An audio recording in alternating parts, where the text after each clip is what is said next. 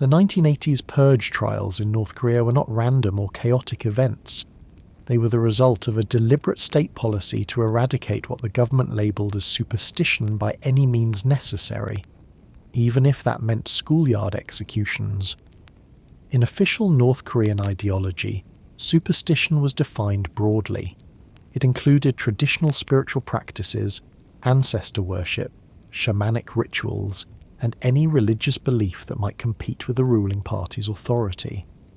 The leadership viewed these beliefs not as harmless cultural customs, but as dangerous rival systems of loyalty. The regime's goal was to ensure that every aspect of thought, belief, and moral authority flowed from the party and the supreme leader. Anything that offered an alternative worldview or moral structure was seen as a threat to ideological purity. Shamanic traditions, in particular, represented independent local authority. Shamans often served as spiritual advisors and healers, commanding respect that could rival or bypass party officials. North Korea's leadership formalized this hostility into state doctrine.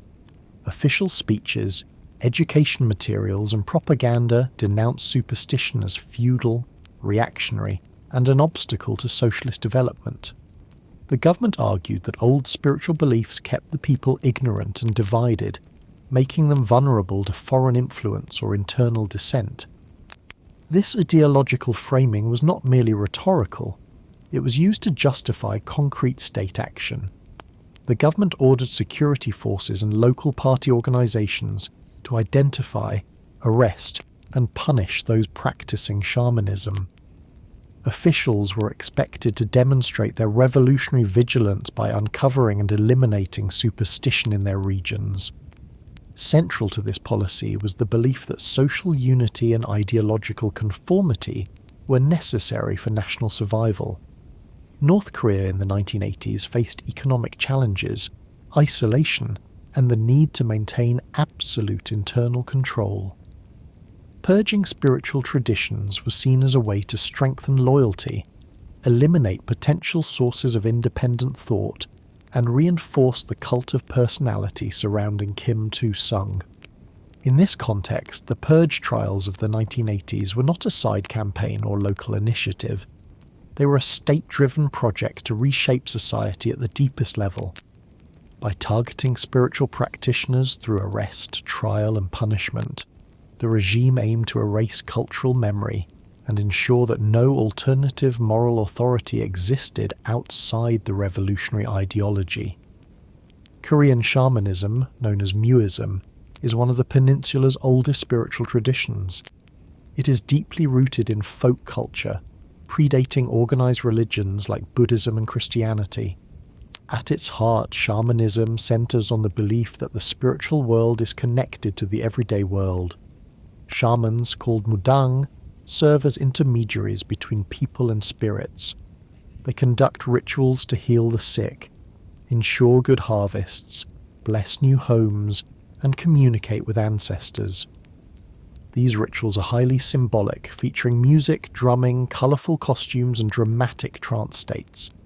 A typical ceremony, called a gut, can last for hours, with the shaman dancing, chanting, and channeling spirits to deliver messages or drive away misfortune.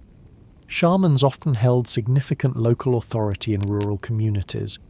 They were respected not only as spiritual leaders, but as healers and advisors. In many areas, especially those with limited formal medical care or government presence, they filled vital roles by addressing personal and communal crises.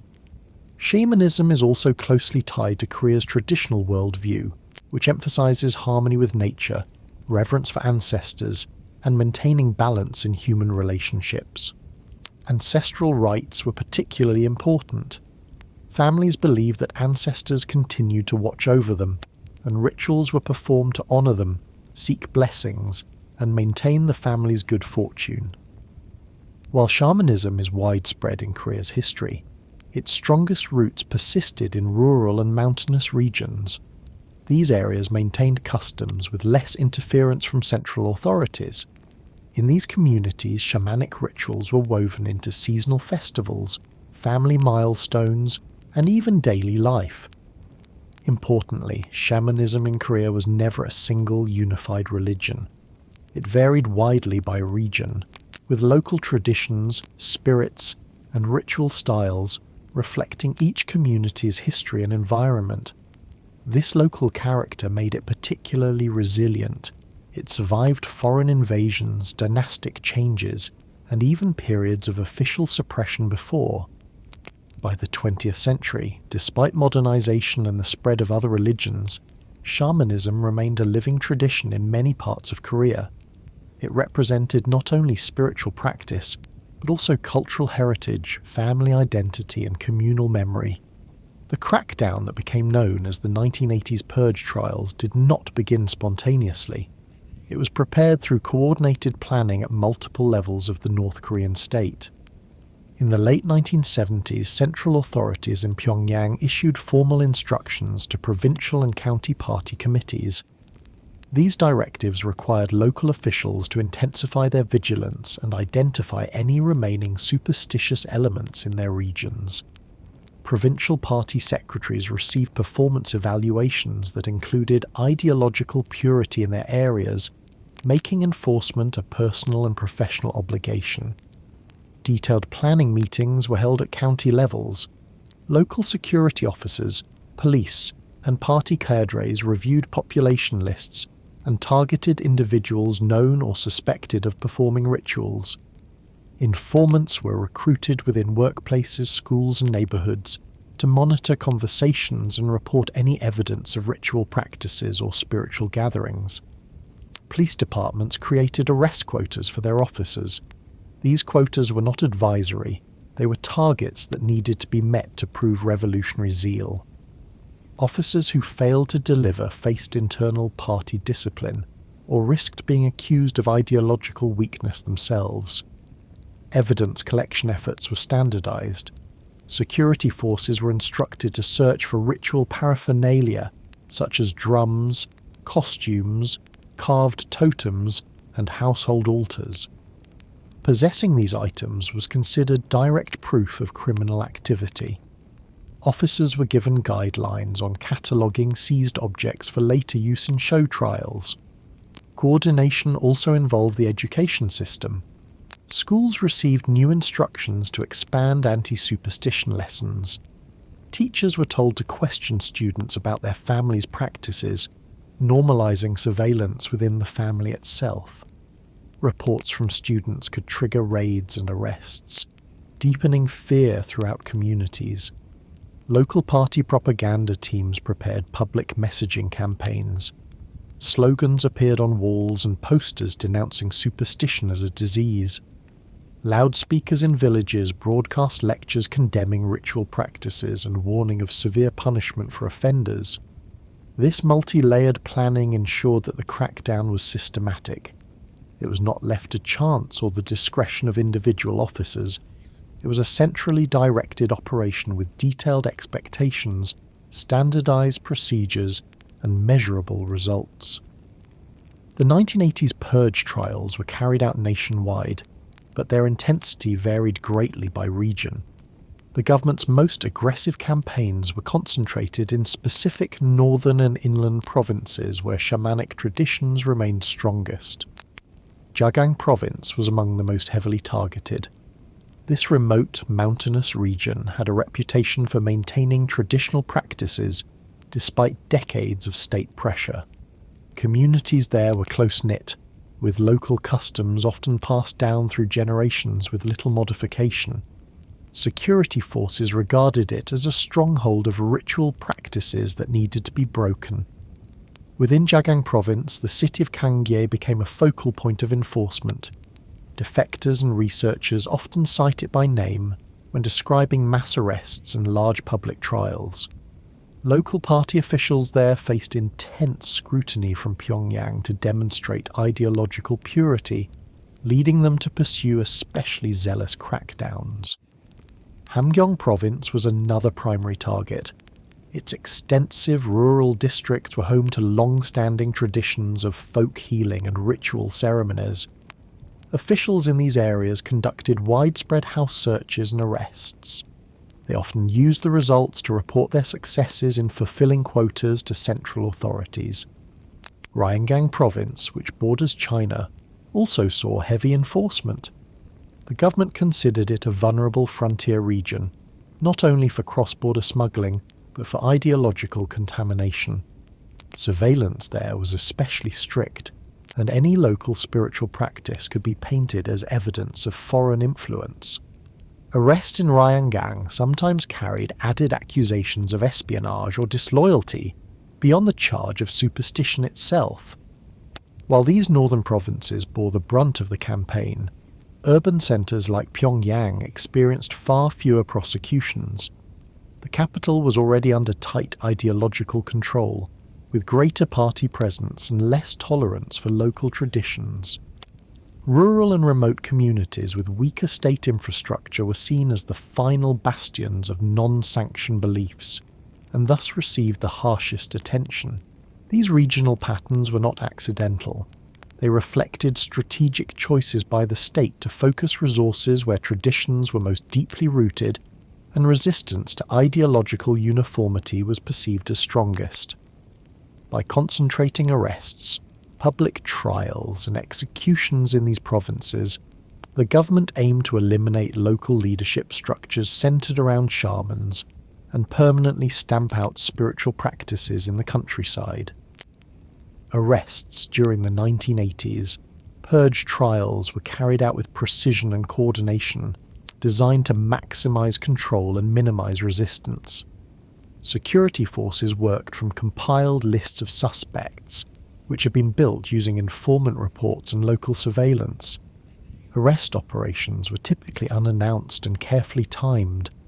Officers often arrived in the early morning hours or late at night to ensure that targets were at home and unprepared. This strategy limited the possibility of escape or community intervention. Entire families could be detained together, even when accusations focused on a single member. During arrest raids, officers conducted thorough searches of living spaces. They looked for specific ritual items considered evidence of criminal superstition. Small household altars, ceremonial drums, carved spirit symbols, ritual costumes, or talismans. These items were immediately seized, logged as physical proof of wrongdoing, and often displayed later during trial proceedings. Detainees were typically transported quickly to local security facilities for questioning. The investigation process was built to extract confessions, rather than establish factual guilt in any legal sense. Interrogators used methods that included prolonged forced kneeling, beatings, sleep deprivation, and denial of food or water. Threats against family members were routine, with interrogators making clear that cooperation might spare relatives from punishment. Investigations also involved psychological pressure. Prisoners were often kept in crowded cells under harsh conditions, listening to propaganda lectures or recorded denunciations of superstition.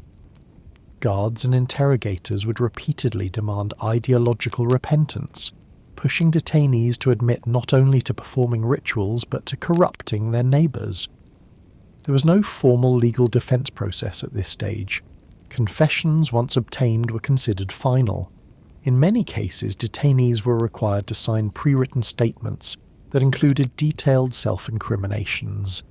These documents became the central evidence in the trials that followed. This investigation phase was deliberately brutal and humiliating. Its purpose was not only to secure confessions, but to break the detainee's will entirely, ensuring that the later trial would be a predictable public performance without any resistance or denial. Once confessions were secured, authorities organised public trials designed to serve as highly controlled spectacles of punishment and ideological enforcement. Trials were typically staged in places that could accommodate large crowds: school assembly halls, factory meeting rooms, or open squares in towns and villages. Attendance was mandatory for local residents, workers, and even school children. Notices were posted in advance, and loudspeakers or local party officials would call people to assemble at the designated time. The layout of these events was designed to emphasize control. Defendants were presented on raised platforms or in roped-off areas, surrounded by uniformed security personnel. The atmosphere was tense and formal. Party officials or prosecutors read prepared statements outlining the charges in detail, accusing the defendants of spreading reactionary superstition and corrupting the ideological purity of their communities. Confessions obtained during interrogation were read aloud or forced to be spoken by the defendants themselves. These confessions were often formulaic, including ritual denunciations of their own actions and declarations of loyalty to the party. Defendants sometimes had to thank the state for correcting them, reinforcing the humiliating and theatrical nature of the event. The trials also used physical evidence seized during arrests. Items like ritual drums, charms, or costumes were placed on display in front of the crowd. Officials held them up as proof of the accused's guilt, using them as visual aids to drive home the message that such objects were dangerous, illegal, and worthy of severe punishment. Audience participation was encouraged and in many cases enforced. Party cadres led call and response chants demanding harsh sentences, and residents were sometimes asked to stand and denounce the accused. This participatory aspect of the trial served to implicate the entire community in the act of condemnation, spreading responsibility for the punishment beyond the state alone. Trials were carefully timed and scripted to maintain maximum psychological impact. Long speeches about the dangers of superstition were delivered, reinforcing ideological lessons. There was no possibility of defense or appeal. Sentencing often happened immediately, with party officials reading final orders that could include forced labor sentences, exile, or execution. These public trials were not legal procedures in any meaningful sense. They were deliberately staged performances used to demonstrate the power of the state, enforce ideological conformity, and terrify the population into obedience. Sentencing at the conclusion of the 1980s, Purge trials was severe, uncompromising, and designed to have a lasting impact on both the accused and the wider community. Once trials concluded, sentencing was often announced immediately in front of the assembled audience. There was no waiting period or appeal process. Party officials would read out punishments in formal, ritualistic language to emphasize the gravity of the offense and the power of the state. Executions were among the harshest penalties imposed. In many documented cases, these were carried out on the spot, sometimes only minutes after sentencing. Firing squads executed defendants in full view of the assembled crowd. The public nature of these killings served as a stark warning, reinforcing that spiritual practices could lead to the ultimate penalty. Not all sentences resulted in immediate execution. Many convicted individuals were sent to North Korea's vast network of political prison camps. These facilities were notorious for forced labor, chronic hunger, and extreme brutality. Prisoners could be sentenced for indefinite terms, with no formal release date or legal process to secure freedom. Once inside, survival itself was uncertain.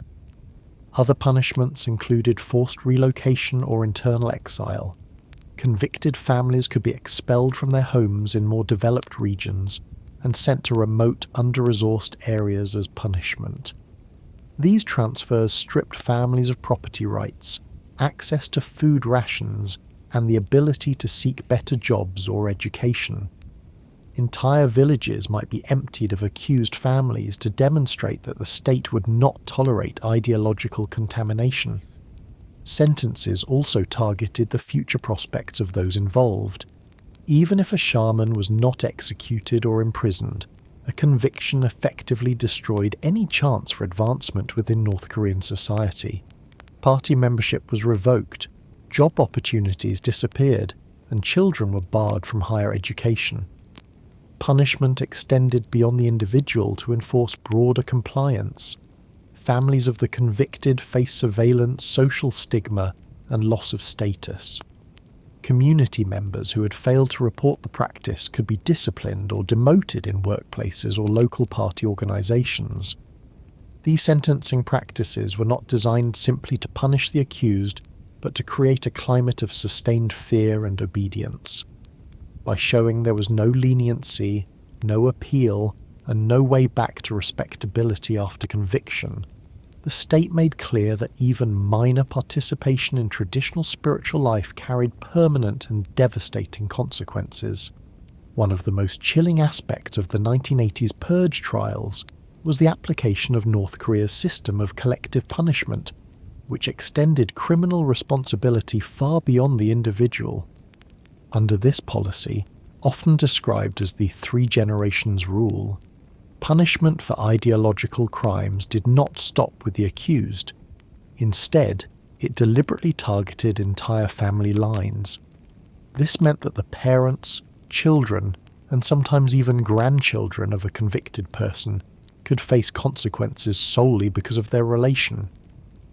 After a conviction in a purge trial, families might receive formal orders of relocation, forcing them to move to remote, undeveloped regions of the country.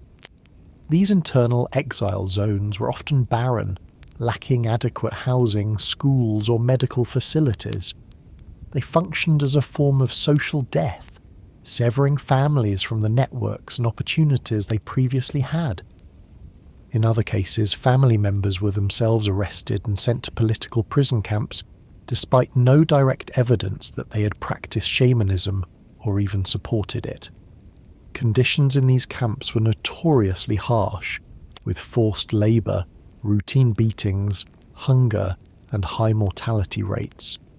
Entire family units could vanish into the camp system without trial or formal sentencing beyond the initial purge accusation.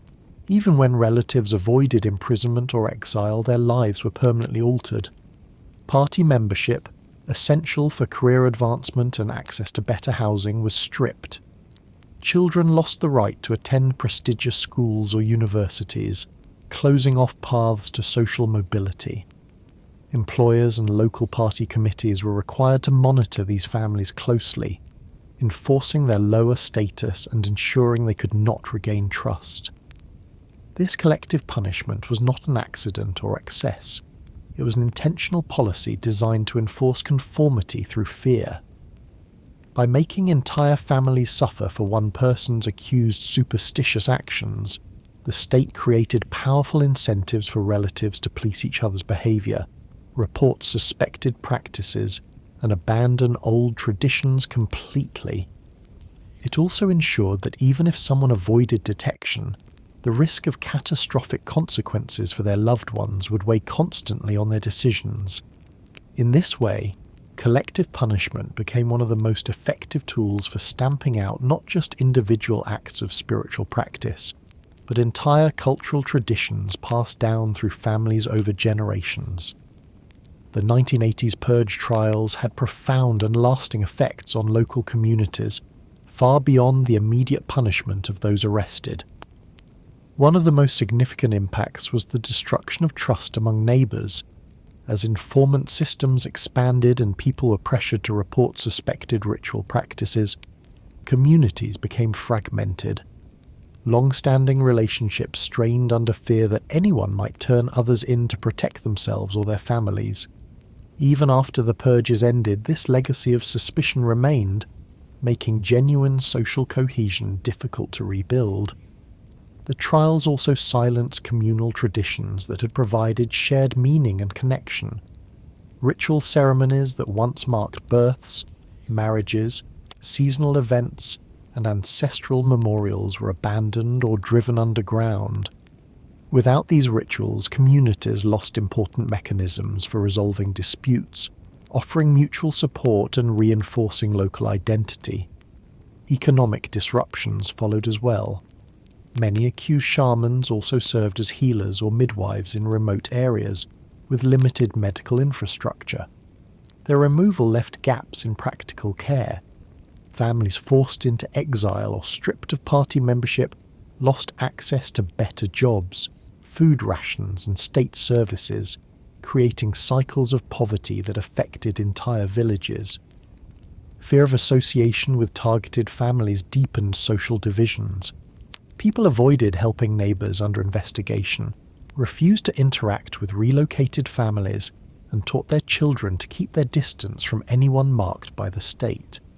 This social ostracism persisted for years, compounding the isolation and hardship of those punished.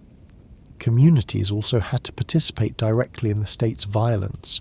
Residents were compelled to attend trials, watch executions, and join denunciations. This created shared trauma, as people were forced into roles as witnesses and even participants in punishment. Over time, this contributed to a climate of collective guilt, fear, and resignation. Even today, defector testimonies describe how these memories remain vivid. Older generations recall specific events, people taken away, and entire neighborhoods changed by the purges. Such memories continue to shape attitudes toward religion, trust in neighbors, and willingness to speak openly about the past. In these ways, the 1980s Purge trials were not simply individual punishments, but a sweeping social engineering project that reshaped rural life, broke down local networks, and left communities marked by fear and loss that endured long after the formal campaigns ended. The effects of the 1980s Purge trials did not end with the conclusion of arrests and public trials. Their legacy has continued for decades, shaping North Korean society in ways that remain visible even today. One long-term result has been the near-total suppression of open spiritual practice in many regions. Shamanic traditions that survived centuries of political change and foreign occupation were forced either to vanish or to operate in secret. In many rural areas, knowledge of ritual songs, ceremonial steps, and spirit stories was lost, as practitioners were removed, killed, or silenced. This cultural erasure has meant that younger generations often grew up disconnected from spiritual customs that had once defined local identity. Even where spiritual practices continued underground, the risk of exposure remained constant. Defector testimonies collected over the past 2 decades describe continued arrests for conducting rituals, albeit on a smaller scale and with less publicity than in the 1980s. These reports suggest that state monitoring never fully ended but adapted, with authorities watching for signs of revival and targeting small groups that attempted to maintain traditions. The psychological impact of the purges also lingers. Families marked during the trials often carried generational stigma. Children and grandchildren of those convicted found themselves subject to heightened surveillance, restricted educational opportunities, and limited prospects for social advancement. This created lasting social divisions that persisted even as the direct purges receded into history.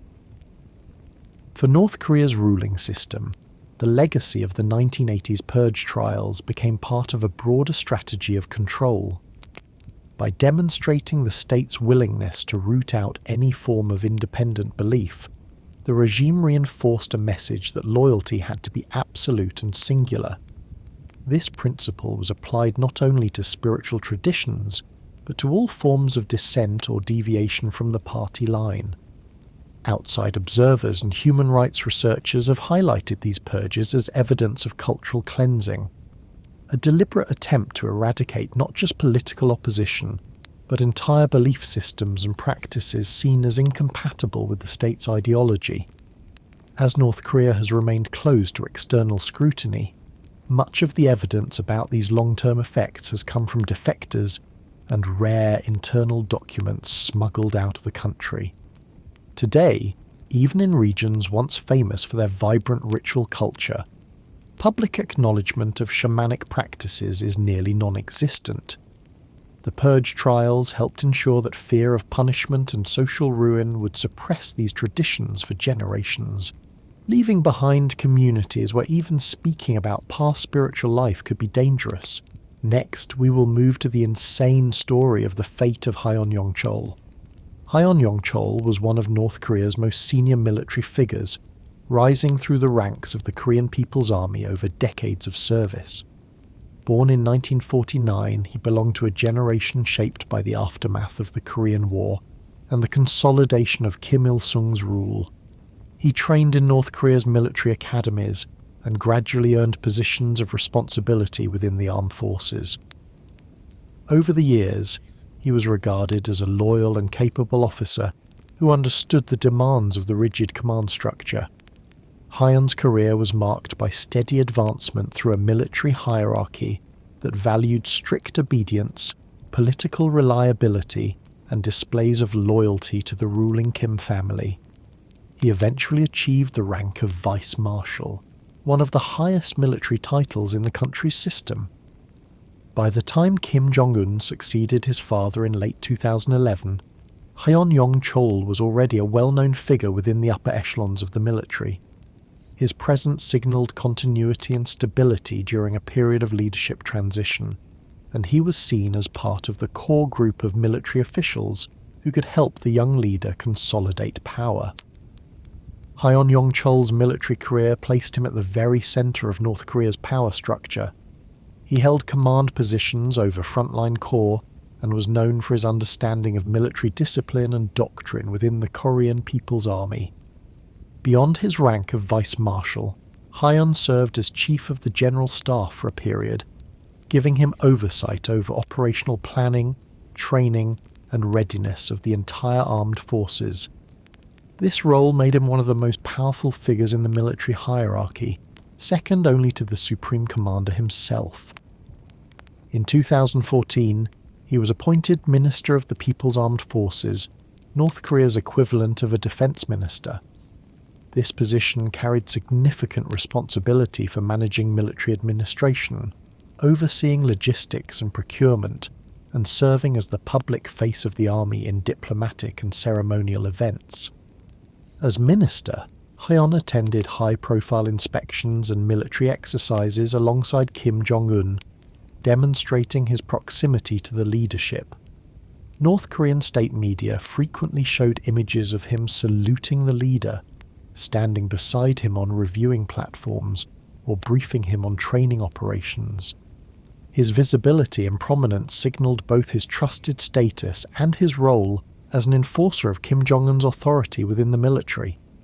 In North Korea's system, where the military is a pillar of regime stability, holding such a post was both a mark of favour and a position that carried constant scrutiny for absolute loyalty. The circumstances that led to Hyon Yong-chol's downfall were rooted in North Korea's tightly controlled political culture, where even small signs of disrespect could be interpreted as betrayal. Reports that emerged after his execution suggested that Hyon had committed acts viewed as severe breaches of loyalty and discipline in the presence of Kim Jong-un. According to South Korean intelligence assessments, one key incident involved Hyon allegedly dozing off during a formal military event or meeting attended by Kim. Falling asleep in front of the leader was not treated as mere personal failing. In the highly ritualized environment of North Korean leadership, where the supreme leader is venerated with near religious devotion, any sign of inattentiveness was interpreted as an insult and a threat to the carefully maintained cult of personality. Additional reports suggested Hyon may have made unapproved remarks that were deemed disrespectful or critical of Kim Jong-un's directives. While the details of these comments remain uncertain, intelligence sources describe them as evidence of insubordination. These actions, minor by any normal standard, took on immense significance in the context of North Korean elite politics. Kim Jong-un had been consolidating his power since taking over in 2011, replacing older officials with loyalists and demonstrating zero tolerance for perceived disloyalty. Hyun's behaviour, whether due to exhaustion, overconfidence, or private dissent, was seized upon as proof of disloyalty, setting in motion the machinery of accusation that would lead to his arrest, forced confession, and eventual execution. After the decision was made to remove Hyon Yong-chol from power, the process of his arrest and investigation was handled with the secrecy and speed characteristic of high-level purges in North Korea. His arrest was not conducted through any formal or transparent legal mechanism. Instead, reports indicate that he was abruptly detained by security forces loyal to Kim Jong-un, likely during or immediately after an official event where his alleged offences had been noted. Once taken into custody, Hyon was removed from his public-facing roles without announcement. State media quickly stopped mentioning his name, erasing him from news coverage and military reports. This sudden disappearance was a common signal within North Korean elite circles that a purge was underway. The investigation process in such high-level cases typically involved a specialized political security apparatus.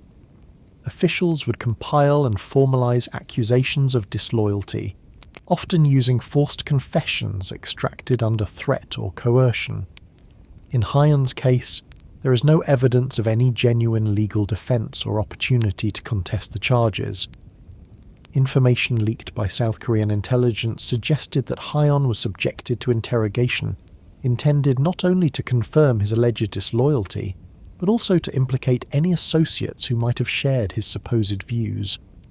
In North Korea, elite purges often aim to uncover potential networks of dissent, real or imagined, to justify wider crackdowns and demonstrate the thoroughness of the leader's control. While the full details of Hyun's detention and questioning remain secret, the speed with which he was tried and sentenced suggests that the investigation was a formality designed to produce a confession and a justification for an exemplary punishment.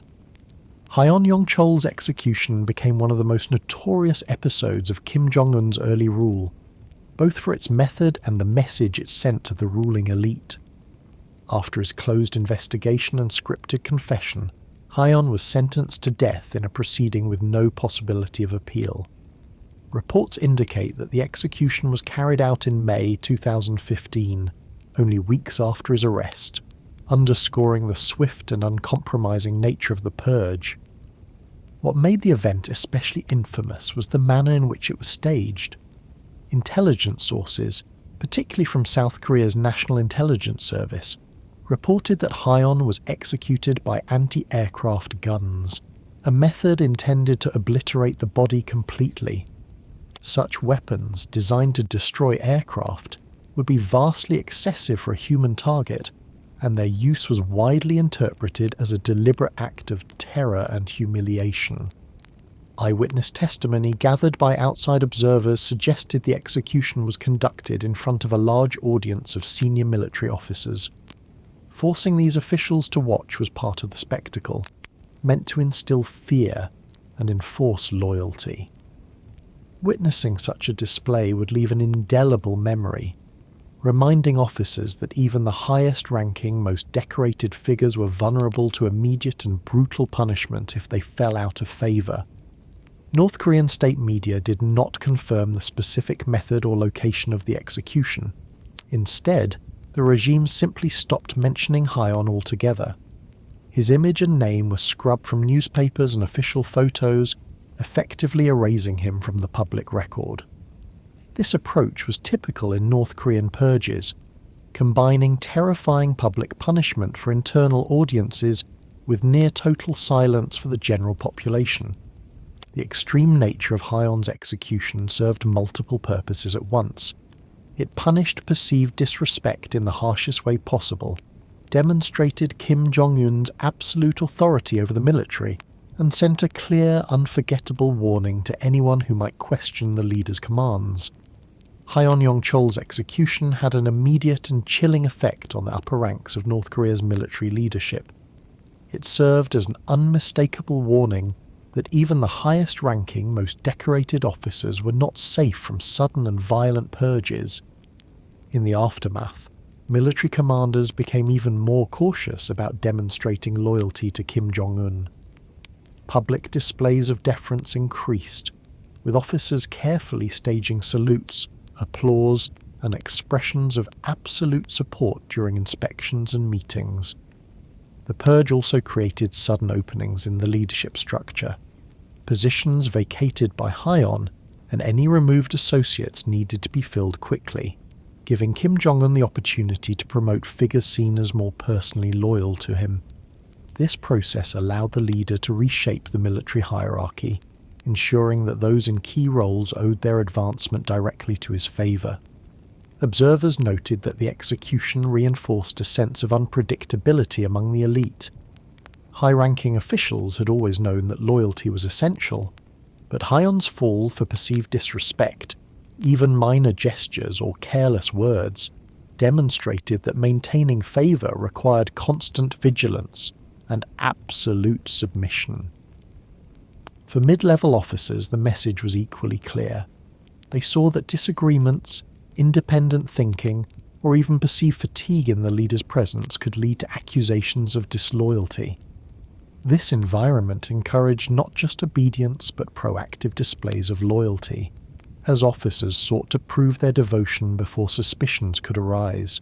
The overall effect was to deepen the culture of fear within the military's command structure. Promotions became tied even more closely to ideological reliability rather than competence alone. Senior officials internalized the lesson that survival depended on reading the leader's moods and directives without question, reinforcing Kim Jong-un's personal control over one of the most powerful institutions in North Korean society. Hyon Yong-chol's execution was not only a dramatic act of punishment, but also a calculated political move by Kim Jong-un to strengthen his authority during the early years of his rule. When Kim Jong-un inherited power after his father's death in 2011, he faced the challenge of consolidating control over an entrenched elite that included senior military leaders, bureaucrats, and party officials who had served under Kim Jong-il for decades. Many of these figures were older, more experienced, and had their own networks of loyalty within the regime. By targeting someone as high-ranking as Hyon Yong-chol, a vice marshal and defense minister, Kim Jong-un sent an unmistakable signal that no one was beyond his reach. This served to erase any doubts among the elite about the new leader's willingness to act decisively, even ruthlessly, to enforce loyalty. It also demonstrated his ability to wield the state's security apparatus without challenge. The arrest, investigation, trial and execution of such a senior figure happened quickly and with complete control over the narrative. There was no sign of organised resistance or factional pushback, suggesting Kim's grip on the security services was secure. Observers have described Hyon's purge as part of a broader strategy to clear out potential rivals or skeptics and replace them with younger, personally loyal officials. By eliminating those whose loyalty was in question, Kim Jong-un was able to install a new generation of commanders and administrators who owed their positions entirely to him, reshaping the power structure in his image. The execution also reinforced the system of surveillance and mutual suspicion among the elite. By making such a visible example of Hyon, Kim Jong-un deepened the culture of fear that had long helped the regime maintain stability. High-ranking officials were reminded that any sign of disrespect, dissent or independent thought could have fatal consequences, reinforcing the norm of absolute obedience. Through this act, Kim Jong-un demonstrated not just personal power, but the continuation and intensification of the dynasty's long-established method of rule, consolidating control through periodic dramatic purges that destroy rivals, discipline the elite, and renew fear throughout the entire system. News of Hyon Yong-chol's execution did not emerge through any official North Korean announcement. Instead, it became known to the outside world through intelligence assessments and defector sources. South Korea's National Intelligence Service, NIS, was the first to reveal the event publicly in May 2015, describing it in a briefing to lawmakers in Seoul. The claim that Hyon had been executed using anti-aircraft guns shocked international observers. While North Korea had a long history of secretive purges, the sheer theatrical violence of the reported method drew intense media coverage and speculation about the regime's stability and cruelty. South Korean and international media outlets quickly amplified the reports, publishing detailed reconstructions based on intelligence leaks, defector testimony, and expert analysis. Headlines often focused on the spectacle of the method itself, anti-aircraft weapons being used at close range, and the suggestion that hundreds of officials were forced to watch. North Korea characteristically offered no direct comment or confirmation. Instead, state media simply removed Hyon's name and images from its reports, a practice consistent with how the regime handles purged officials. Photographs that had previously shown Kim Jong-un with Hyon were no longer reprinted, and any mention of his titles or role vanished. International analysts interpreted the execution as evidence of Kim Jong-un's insecurity and the extreme measures he was willing to use to consolidate power. Policy experts in South Korea, the United States and China debated whether the purge suggested weakness in Kim's grip on the military or reflected his confidence in eliminating any rival without consequences. Human rights organizations also took note of the case as part of a broader pattern of political violence in North Korea. Reports about the spectacle and brutality of the execution added to calls for more international scrutiny of the regime's treatment of its own officials and citizens. Overall, Yong-chol's execution became a prominent symbol in the outside world of North Korea's opaque and brutal internal politics, generating both fascination and condemnation, while reinforcing the sense of mystery and fear surrounding the inner workings of Kim Jong-un's rule.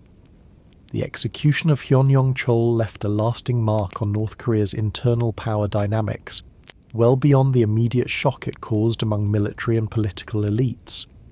One key legacy was its role in normalizing the expectation of sudden, uncompromising purges as a tool of governance under Kim Jong-un. After Hyon's death, high-ranking officials across government and military institutions understood that no level of seniority or past loyalty provided immunity from extreme punishment. This established a precedent for later purges that would remove other prominent figures who fell under suspicion. Following Hyon's removal, Kim Jong-un continued to reshape the upper echelons of the military. He rotated commanders more frequently, promoting officers considered personally loyal and younger, less entrenched figures, less likely to build independent power bases. This strategy reduced the risk of factionalism and helped cement his control over the Korean People's Army. The sense of insecurity instilled by Hyon's execution also deepened the culture of self-censorship and surveillance within the elite. Officials learned to police their own words and behaviour even more rigorously, avoiding any action that might be construed as disrespectful or disloyal. Internal monitoring and reporting on colleagues became an expected part of preserving one's status and safety. The purge also contributed to the steady marginalisation of the military's political influence in favour of the Workers' Party apparatus. By demonstrating his willingness to eliminate top generals, Kim Jong-un signalled that ultimate authority rested firmly with him and the party's core leadership, not the military hierarchy. In the years that followed, outside analysts observed fewer overt signs of military autonomy or resistance to party directives, suggesting the lessons of Yong-chol's downfall had been well absorbed. His execution became a cautionary tale, retold within the system as a warning of what awaited those who might forget their absolute subordination to Kim Jong-un's personal rule. While Hyon's name was erased from official media, the memory of his fate persisted as an unspoken, powerful tool for enforcing discipline at every level of the North Korean state. Well, that's the end of tonight's stories. If you're still awake, feel free to get comfortable and stay a little longer. The campfire will keep burning softly for you. Just relax, breathe, and rest as long as you need.